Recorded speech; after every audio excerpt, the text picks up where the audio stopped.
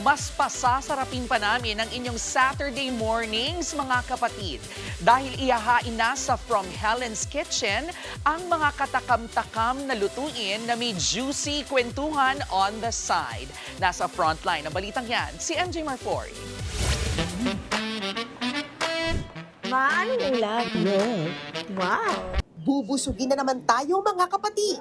Dahil ang kusina ng isa sa most loved icons ng Philippine showbiz, bubuksan niya ulit para sa atin. Yan ang From Helen's Kitchen ni Madam Helen Gamboa Soto kasama ang anak na si Shara. I myself couldn't believe it. So, what?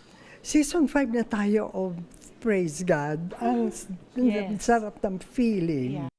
On and off cam, isa si Tita Helen sa kinagigiliwan ng mga superstar dahil sa kanyang malasakit at laging pagpapadala ng pagkain sa set. Pati na nga ang pagregalo ng pagkain sa mga kaibigan sa showbiz. I would say it's a language of my love, especially with friends. Yeah, of course, first. Family, but friends and family. Yeah, family. That's really her love language. She'll cook at home and then she'll send people food.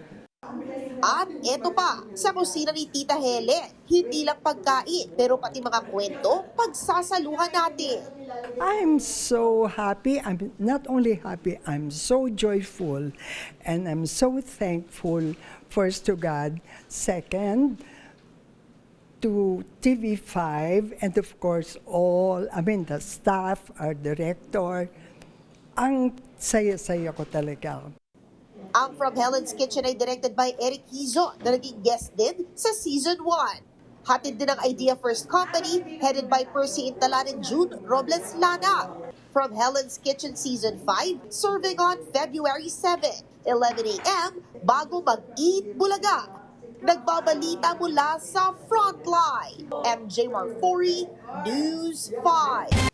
Mga kapatid, Jervy Wrightson po. Eto na nga. Para sa latest showbiz news at iba pang kay-alaman, mag-follow at mag-subscribe na sa social media pages ng News 5.